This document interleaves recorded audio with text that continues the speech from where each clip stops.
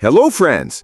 Today, let's go back in time, all the way to 480 BC, the moment when the mighty Persian army approached the borders of Greece. And standing in their way, just 300 Spartans led by King Leonidas himself. The Persian king Xerxes demanded the Spartans lay down their arms, but the warriors refused. Their answer was simple: we win together or we die together. The battle lasted 4 days and nights. Even the elite Persian guard known as the Immortals were sent in, and they were cut down by just 300 warriors. But then came betrayal. A traitor revealed a hidden mountain path, and the Persians attacked from behind. In this video, I'll show you how the 300 films were made and share some facts you probably never heard before. If you learned something new, hit that like button. If not, hey, feel free to dislike or close the video. Now let's begin. The original movie was actually based on a comic by Frank Miller, which itself was inspired by real events, the Battle of Thermopylae. Miller gave the history a fantastical twist, but the inspiration came from a 1962 movie called The 300 Spartans and from the writings of Herodotus. The first comic was released in 1998 and was even criticized by writer Alan Moore. Why? Because Herodotus wrote that the force at Thermopylae was over 5,000 men, not just 300 Spartans.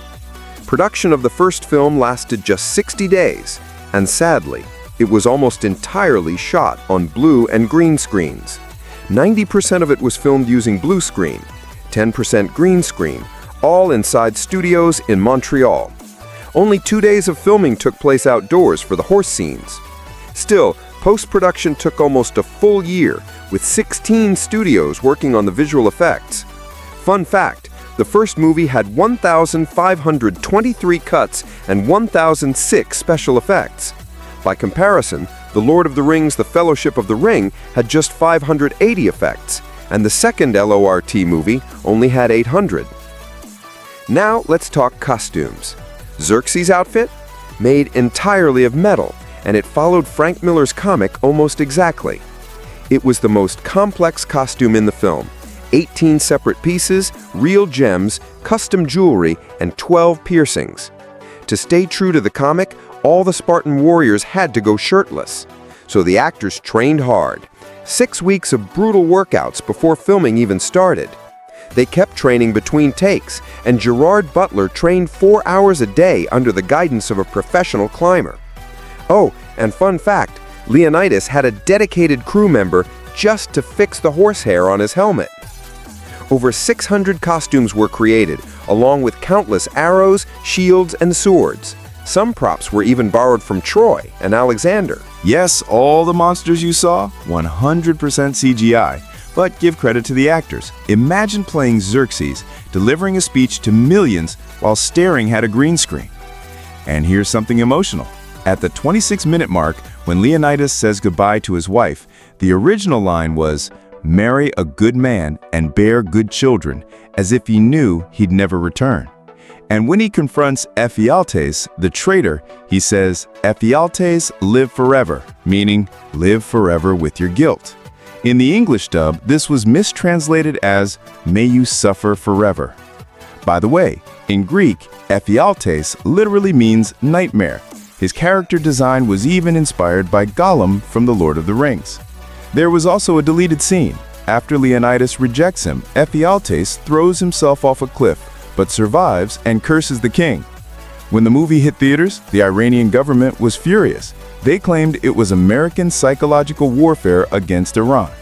Still, 300 made $70 million in its opening weekend, and the city of Sparta even gave the filmmakers honorary awards for promoting Sparta to the world. The film had a budget of $65 million and earned over $456 million. So, of course, a sequel was made, though we had to wait 7 years for it.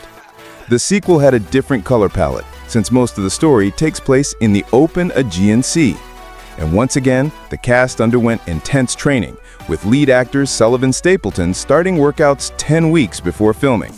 But it was hardest for Rodrigo Santoro, Xerxes, who had to play the same character he played 7 years earlier. He cut sugar, hit the gym hard, and went through 6 hours of makeup every day. Because of the complexity of Xerxes' digital design, he shot most of his scenes alone, surrounded by green screens, without interacting with the other actors. The sequel was mostly shot in Bulgaria at New Bojana Studios, with water battle scenes handled by the company Scanline, known for the ocean effects in 2012. They used their own program, Flowline, to create realistic water and destruction.